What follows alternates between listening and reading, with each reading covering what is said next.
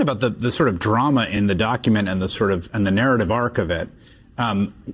Specifically the pressure on Pence, which comes through in the January 6th committee report a bit, and is really a focus here that, on January 5th, the defendant told Pence, I think you have the power to decertify. When Pence was unmoved, the defendant threatened to criticize him publicly, which again, wink, wink, nudge, nudge. We know what that means. I'm going to have to say you did a great disservice. And then this timing with it's possible, again, it's easy to lose track of what has been entered into the public record and what hasn't, Rachel, but this timing of that tweet, and we played you, I think that's Nick Fuentes, the notorious Nazi who dined with the president in the Bullhorn, reading out about Pence not doing what he's called to do. At 2:24 p.m., Trump was alone in the dining room when he issued a tweet attacking Pence and fueling the ongoing riot. Mike Pence didn't have the courage to do what should have been done to protect our country and our Constitution, giving states a chance to certify a corrected set of facts, not the fraudulent or inaccurate ones, which they were asked to previously certify. USA demands the truth. And then, Jack Smith writes, 1 minute later, at 2:25 p.m., the Secret Service was forced to evacuate Pence to a secure location. Rachel, it doesn't quite say cause and effect, but it just lays the cause and the effect right there next to each other in adjacent sentences. There's so much detail that they are presenting about that tweet and the context of it. They go to great lengths in great detail to explain that Trump was alone in the dining room off the Oval Office when he sent it. They go to great lengths to say that yes, there was another staffer who did have was sort of cleared to tweet in Trump's name, but he did not do that tweet. They go to great lengths to show that at the time that Trump sent that tweet, while he was alone and nobody else was there, it was definitely him who did it. He was both watching Fox News, which had already reported at that point and was continually reporting that the Capitol had been breached, that the rioters had made their way inside Congress where Mike Pence was. He was also watching Twitter where it was being reported in real time. I mean, they are saying, they go through all of those details like it was him and this is what he knew when he did it.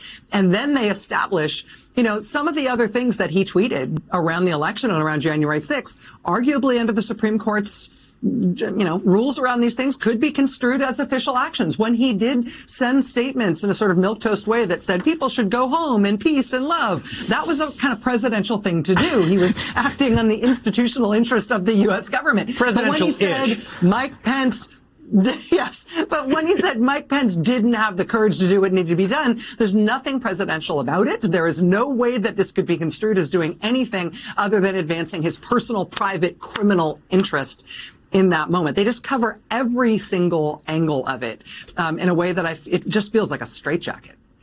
There's also something, I mean, you made this mention before, Rachel, I mean, and we were sitting together, Lawrence, on the day of that immunity, both oral arguments and decision. This effort basically, a largely successful effort in certain ways, aided by the Supreme Court, right, to make all this just disappear down the memory hole. Right? As we sit here 34 days from an election in which we all know, everyone who covers this, everyone in politics, Democrat, Republican, across the ideological spectrum, understands that he's going to try to do the same thing again. That's obviously a certainty, right? And so this part, which seemed relevant today, and particularly relevant after at your very funny line last night about J.D. Vance being the first vice presidential nominee not to know who won the previous election. The defendant and his co-conspirators also demonstrated their deliberate disregard for the truth when they repeatedly changed the numbers. I love this. Changed the numbers in their baseless fraud allegations from day to day. The conspirators started with the allegation that 36,000 non-citizens voted in Arizona. 5 days later, it was beyond credulity that a few 100,000 didn't vote. 3 weeks later, the bare minimum was 40 or 50,000.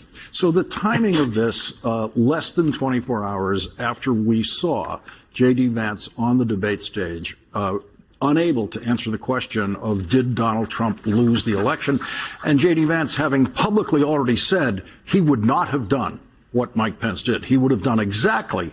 Donald Trump would only have to ask him once. Yeah. In fact, might not even have to ask him. He might do it proactively. Yeah, yes. Right. And then for this document to emerge today, where the star of today's document is Mike Pence, because he hasn't been in anything else we've been able to read. So this really is Mike Pence's moment in this story today.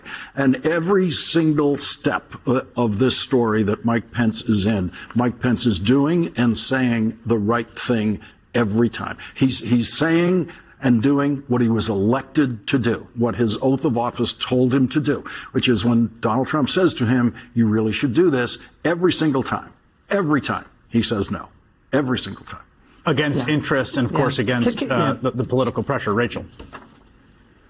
I just wanted to jump in there and just follow sort of in the shadow of what Lawrence just said there.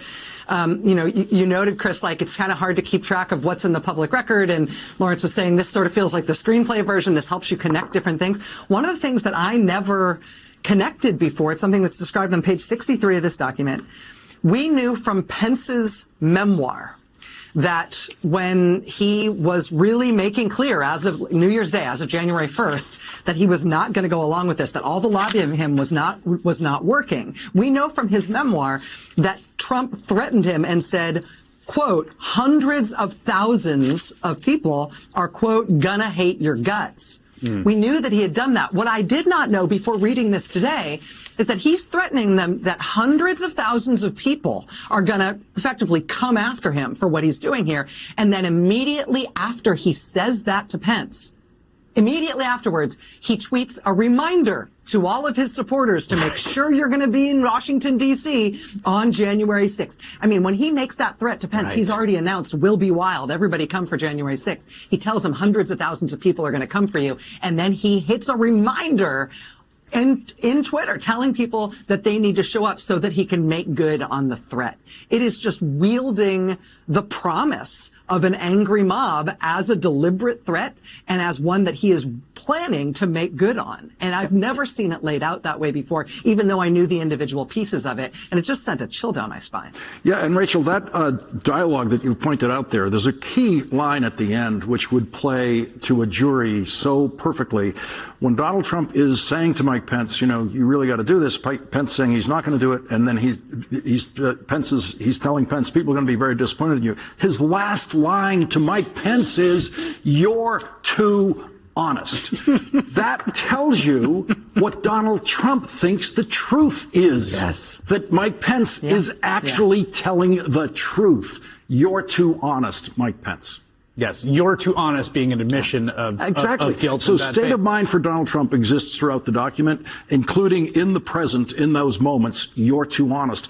But they carry the state of mind proof years after the fact, right up to 2023, right up to last year, where they're quoting Donald Trump, praising the people who attacked the Capitol, calling them martyrs, calling them heroes, calling them patriots, raising money for, it specifies that he raises money for them, that he praises them at his campaign events, that he plays their song at the campaign events. That's all goes into Donald Trump's mind about what he was actually doing and how willful it was. One of the things that shows up here, Rachel, to what you just said, Lawrence, about all the stuff he's done subsequently about these folks who are his people. I mean, from signing the backpack of the woman who came to the event, to the J6 choir creepy song being played at the rally, to the promises of pardons, which essentially none of that is explicitly that stuff criminal activity, and Smith isn't alleging it is, but to show it's essentially a continuation of of what was happening in the run-up and the aftermath. Yeah, and page 100, you've heard today it's a 165-page document. There's a whole lot of stuff that is still redacted that we haven't seen at all, appendices to this document, which may yet be released, and who knows when that will be. But towards the very end of this 165-page document, page 162 and 163, they explicitly say that his post-presidential statements go to explain his intent, his endorsements of the violent actions of his supporters in an ongoing way, and the promises of pardons, and lionizing them, and celebrating them, and justifying it. Those things may be distasteful but not criminal, unless it is being used as part of the criminal case against you, because it shows that you were encouraging their actions, believed in their actions, and were on their side and trying to use them as a lever in your personal crimes. it's not, I think, particularly useful or edifying for me to say this, but I'll say it, which is that it did make me enraged at the Supreme Court all over again. Oh, the degree to which the plain facts of this, everything that's been established, all of the due diligence that's been done, all of the investigative work, all the things we know, everything we saw happen in real time, the impeachment, the Jan 6 committee, that it was all there and should have been essentially prosecuted like a normal crime, is not happening. This is what we have, and I'm glad we have it, but it is an outrage to me. I would recommend saving some rage for their next decision on this very same. Well, that's a good point. Because whatever Judge Chutkan have some in the decides tank. here, Yeah, right. The Trump side is going to appeal her decision on this. It's going to go to the appeals court. The appeals court is going to rule however they rule, and then it's going to go to the Supreme Court. And so they're going to have Supreme Court's going to get another look at this, at the way Jack Smith has presented this evidence. Rachel. But importantly, when they do that, they will at least be unable to run away from the factual contentions as laid out by Jack Smith, right? I mean, one of the things that was most enraging about both the oral argument and the ruling by Chief Justice Roberts in the immunity case was they kept saying, whatever the facts are here, like, we don't need to engage with what actually happened here. This is just high-minded constitutional thinking that we're doing here. We don't need to get into the specifics of what actually happened. Well, yeah, you do, because your ridiculous immunity ruling makes us have to parse every individual action to decide whether it's capital O official or lowercase o official or not official at all in this bizarre system that you made up. But that means we need to go through the facts of every single one of these things. And here's the factual record. And him saying, so what, when he was confronted with the physical peril that he had put his vice president in. Here's him saying the details don't matter when he's told by his own legal counsel that what he is proposing is illegal and will not stand up in court. I mean, the factual record here is for the public, but it's also to, I think, ultimately embarrass those justices if they want to keep this charade going through another round of appeals.